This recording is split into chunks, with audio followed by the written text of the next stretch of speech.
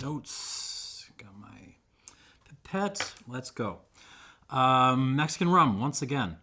I am really, really enjoying the renaissance in Mexican rum that's kind of going on right now. Really, it's the renaissance in the reception of Mexican rum outside of the local regions where it's consumed. I've done a heck of a lot of reviews. I'll link some of them below.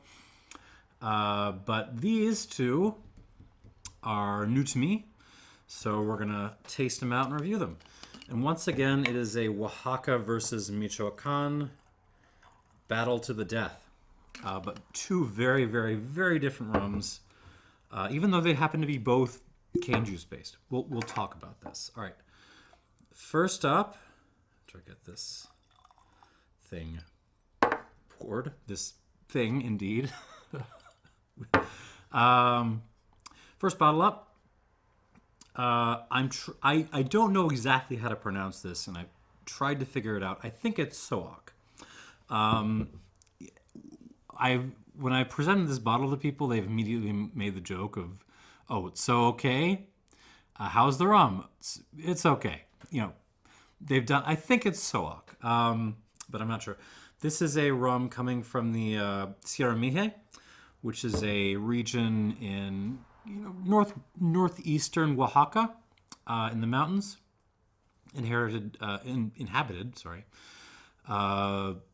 especially by the indigenous Mixe people. And what is this? This is naturally fermented, native yeast fermented cane juice that is double pot distilled in this tiny copper pot. You can go to the website, see pictures. It's a tiny still. The master distiller is Carlos Mendes Blas. The village this is from is, I'm going to read my notes because they're not. Oh, yeah, it is in the bottle, actually. Totontepec Villa de Morelos in Oaxaca. This is actually very cool. It's, along with everything else, native fermentation, they're also like folding up spent bits of cane stalks, so bagasse, and feeding it into the fermentation vats, which just reminds me of like, whole cluster fermentation in wine or something. It sounds really cool. And I am super pumped to try this. Bottle at 49% alcohol. This is lot J0001, 600 bottles. Let's go.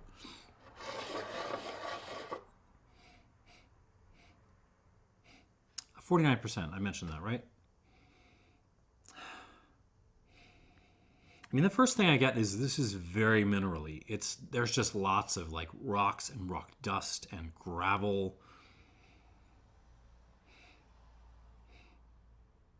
This is really, when I reviewed the Cañada a while back, I mentioned how like herbaceous it was. This is as minerally as that was herbaceous, and it's a great nose. Yeah, it's gravel and like bubble gum, with like this awesome background of. It's a very savory at the same time. You're getting olives and sausage and like. I'm sorry, olives and like a sausage and pepper pizza.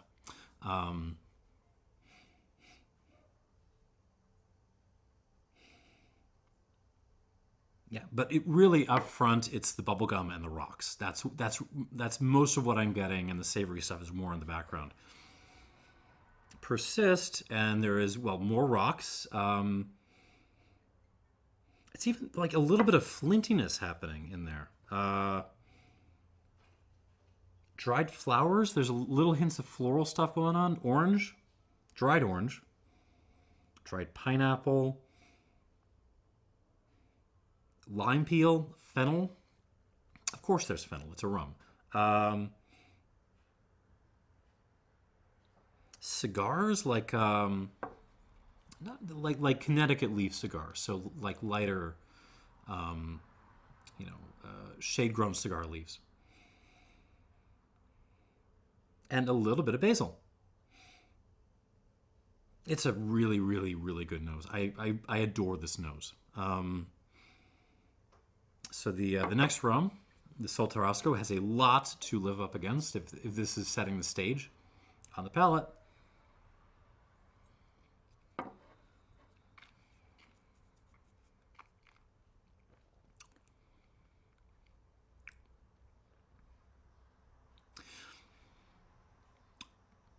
Also very good on the palate, but it's much more clean. Well, it's not as layered as the nose is. Let me try this again.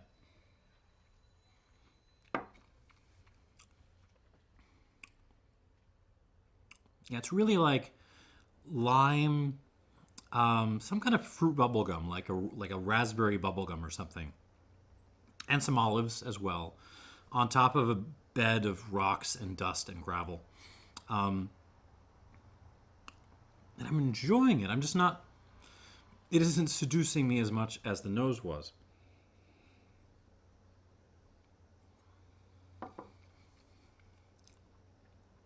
No, I'm not being kind. This is really good. Guava, plantain, fennel, tons of fennel.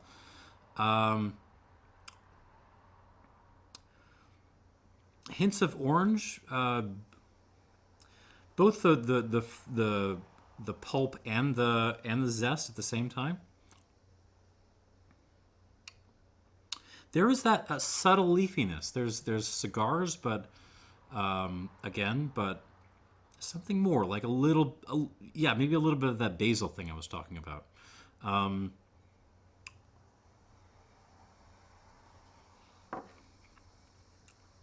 Mouthfeel and finish are good, very good. But after the nose, I'm begging for a little bit more. So what I'm hoping is, after I add some water to this, like the palate is going to kind of come up to the level of where the nose was. That's what I'm hoping for, anyways. So I'm going to add like a squirt and a quarter, and we'll come back to it in a second. And then we got this. This Sol Tarasco Añejo Charanda from Uruapan, Michoacán. And you will notice all these mushrooms all over the bottle. There's a mushroom on the label. There's a little like hanging mushroom right there.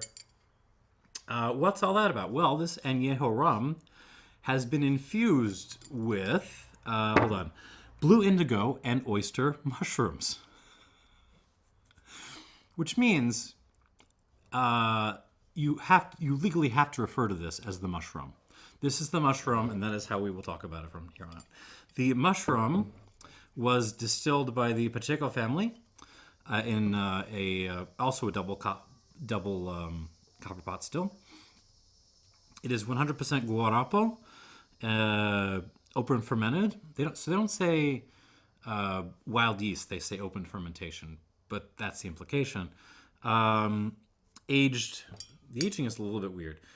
Aged a minimum of 3 years and 4 months, which is awfully precise for a minimum. I don't know exactly when this is bottled. There's a lot number and a very weird looking bottle number. But, bottled probably circa 2021 or something. And it is, what is strength? 46.5. Mushroom. Here we go. Now, what the heck happens to a Michoacán cane juice rum that's been pot distilled and infused with mushrooms when you throw it in a bourbon cask for 3.5 years? I don't know. Let's find out.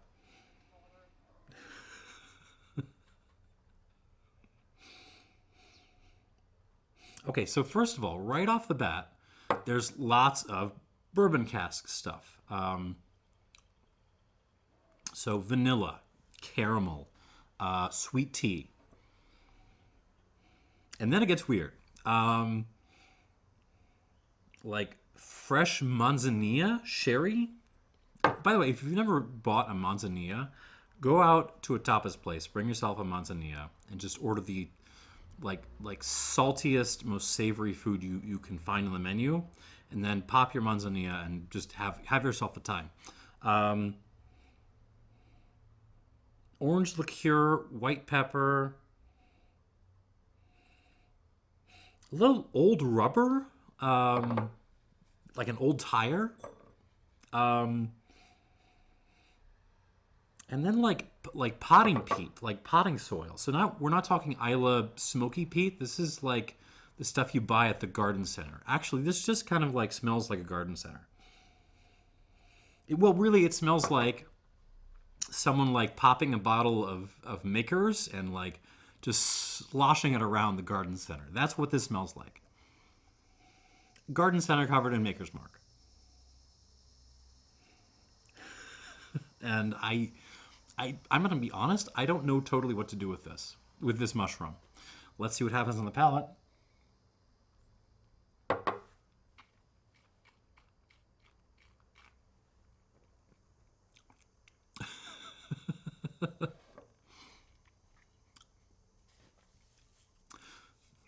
Someone is going to make an award-winning cocktail out of this. Someone is going to do it.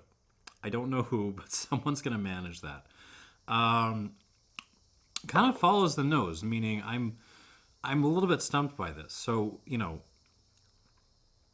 arrives in the front on bourbon, like lots of vanilla, butterscotch, cherry pie, sweet tea, and then like it sort of transitions into potting soil, potting peat, manzanilla, lapsang souchong.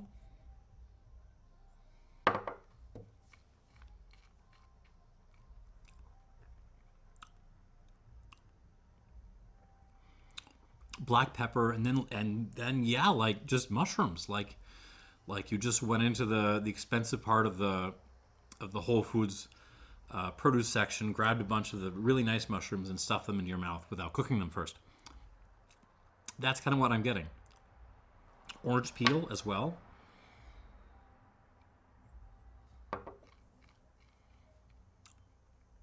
What do I do with this?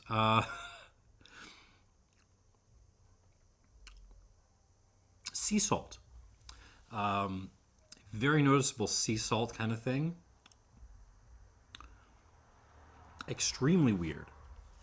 It kind of works, but it's extremely weird. Let's leave it at that. All right, let's see what happens with water.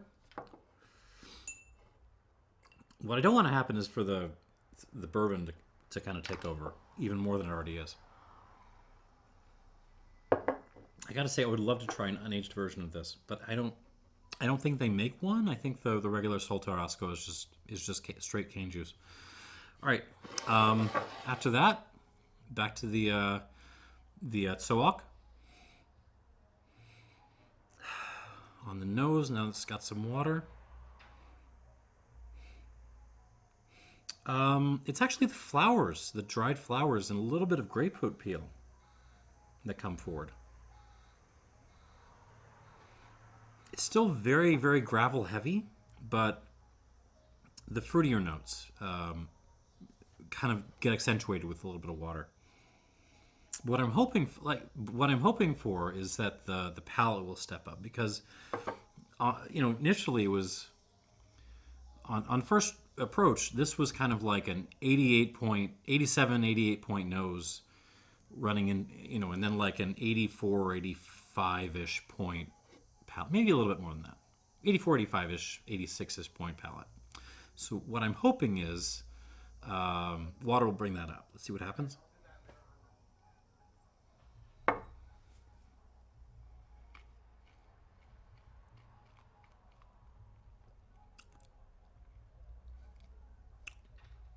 And there we go. Water steps up the mouthfeel, steps up the minerality on the palate, lengthens the finish, extends the mouth length. This is now going deep into my throat. It just fattens up the whole thing in a way that is really, really impressive. This is what I was hoping to happen when I added water to this.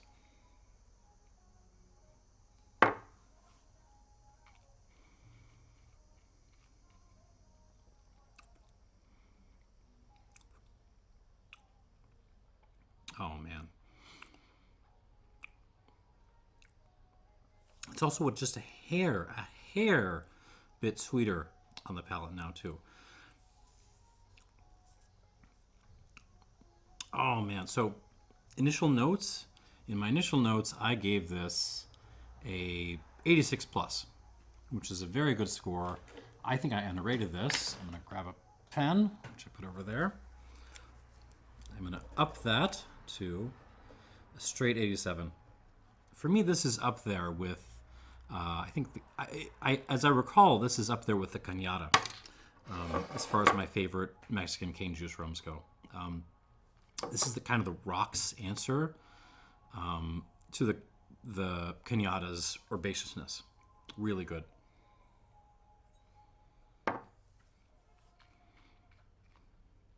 Good on its own, better with water. I'm telling you. I know some of you are macho and you don't want to add the water because you think it's wimp. You think you're going to be a wimp or something. No, sometimes it actually accentuates the spirit. This is one of those cases. All right, back to the mushroom. All right, here we go. Please, please, please, please do not be more bourbony. It's more bourbony.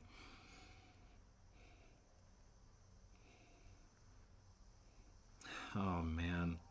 Yeah, no, not a whole lot of development aside from now we're just throwing in a lot of creme brulee that's been soaked in Jim Beam. And that's okay, but it's kind of denting the character of this elsewhere. What the hell do I do with this? All right, let's see what happens on the palate.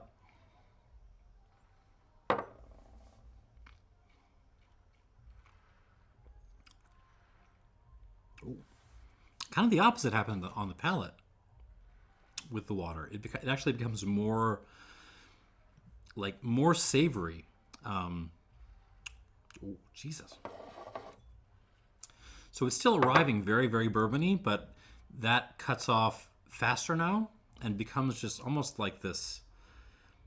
Yeah, this manzanilla meets kokto shochu thing. So koji sugary goodness.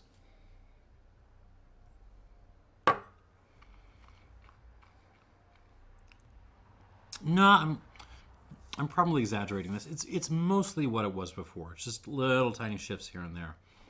What the hell do I score this? I have no idea what to score this. It's not.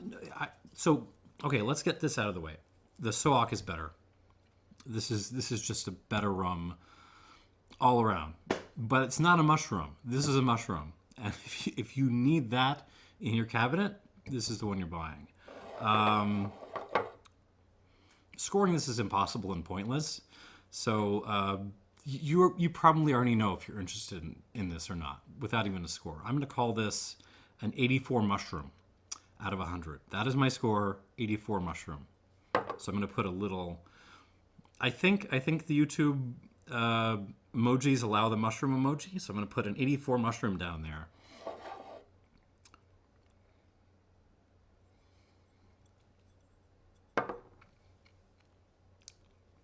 And if you really, really, really want mushrooms in your spirit, adjust that score up for yourself. For me, man, I would rather have that Uruapan Añejo that I reviewed a while back. It's just more rummy and like it makes more sense to me if I'm, and it's also cheaper.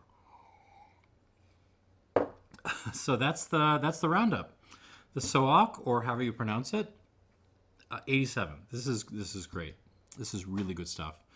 And the mushroom, or if you insist, Sol Tarasco Añejo Charanda, is an 84 mushroom.